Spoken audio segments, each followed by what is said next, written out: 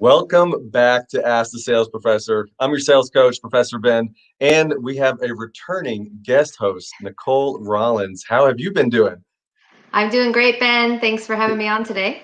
Thanks for joining us. And we are finishing our conversation for sales leaders on what we should do with our one-on-one sales meetings to make sure that our team is getting the most out there in the field and of course, bringing those sales in. But before we start that, Nicole, I think since we last spoke, you've got a new role now, right? Fast Democracy, and you're Yeah. the director of sales. So congratulations on that.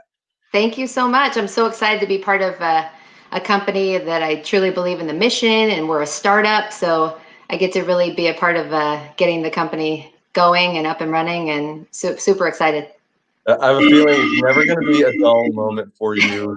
Next, maybe 2 or 3 years, probably, right? Yep. Well, they're a couple of years in, so I get to come in and get the sales portion going. So Nice, and save the day. And so, we're only just a few days from election day, so we'll spare everyone the politics in in this live stream. But I have a I feeling think we'll come back. we may agree to disagree, right, Ben?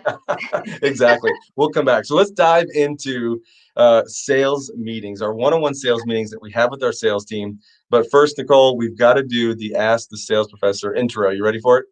I'm ready. Let's go. All right, let's do it.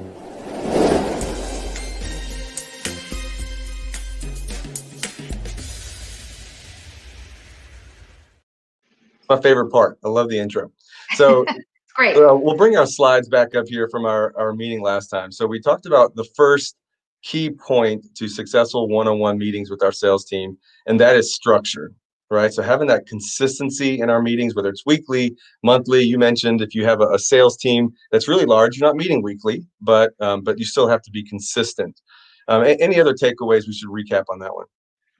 Well, I just think it's super important to be consistent, like you said, and we get distracted as leaders. We have so much going on, so making sure you actually schedule these meetings, your rep knows. And I think you had a tip from last time about making sure it's the one thing we do no matter what, right?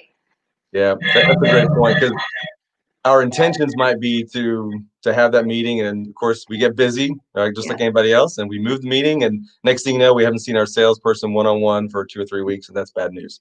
Yeah. Yeah, really bad news.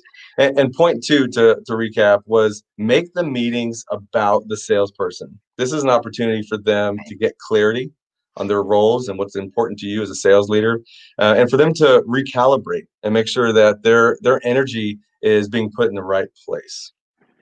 Right. I think that we have to make it about them. And I know that's your big phrase, with them, right? What's in it That's for me? right. That's your favorite one of my phrases, isn't Yes, it? I love it. I love it. But it's so true. We've got to give them the time and the space to be able to talk about things that are important to them and where they see themselves going and what their goals are. Yeah, no, absolutely.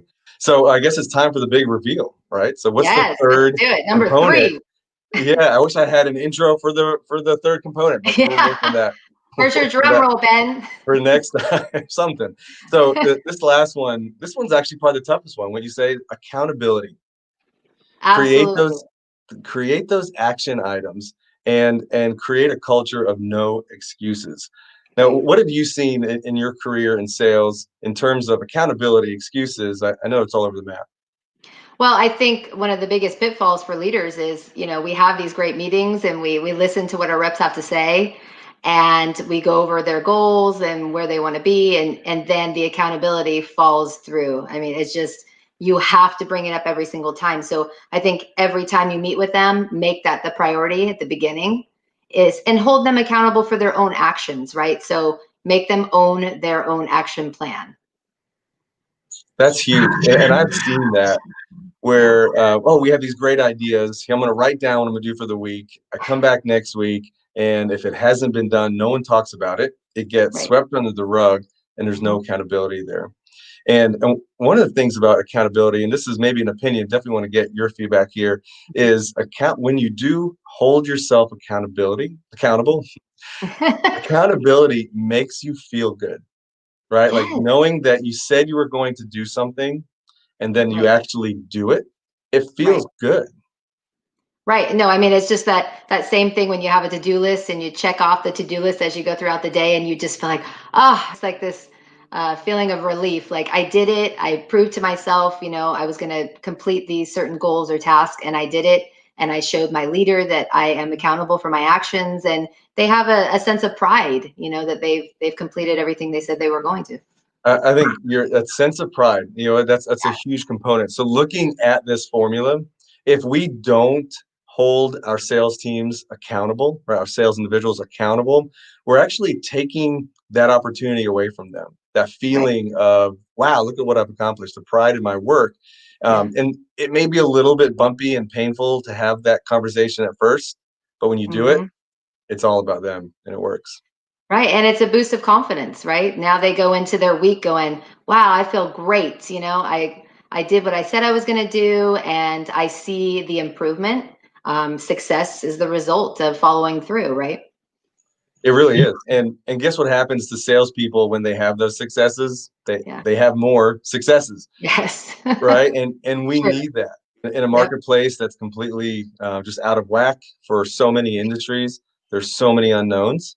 Hmm. If my supervisor, my sales leader is allowing me to feel accountable and feel pride about my work, I'm more Yeah. likely to do well out there. Of course. Absolutely. Encouragement Absolutely. and accountability. Yeah. Amen. Yeah, absolutely to that too. And to politics. So just a couple weeks or a couple days until election day. So I know everyone's going to go out there and vote. Good luck in everything that you're doing. So I can't Yes. wait to have you back on Ask the Sales Professor, Yes. so that we can see, all the great things that you're doing. We've got, let's see, we've got a lot of people watching. So we got lots of hellos. So Yay. good. So yeah, so good audience out there. And our goal is to make sure that we are here for sales professionals, sales leaders to answer their sales questions and make sure that they feel empowered so they can have that pride Right. in the day-to-day of what they're doing. So Nicole, thanks for being part of that and looking forward to having you next time. Thank you, Ben. Bye, Now, everybody. now you know what I got to do next, right? We're gonna do our outro because it's the best part. Oh, there you go. Gotta finish. All Gotta right. finish with a Thanks bang. again. Talk to Bye. talk to you soon.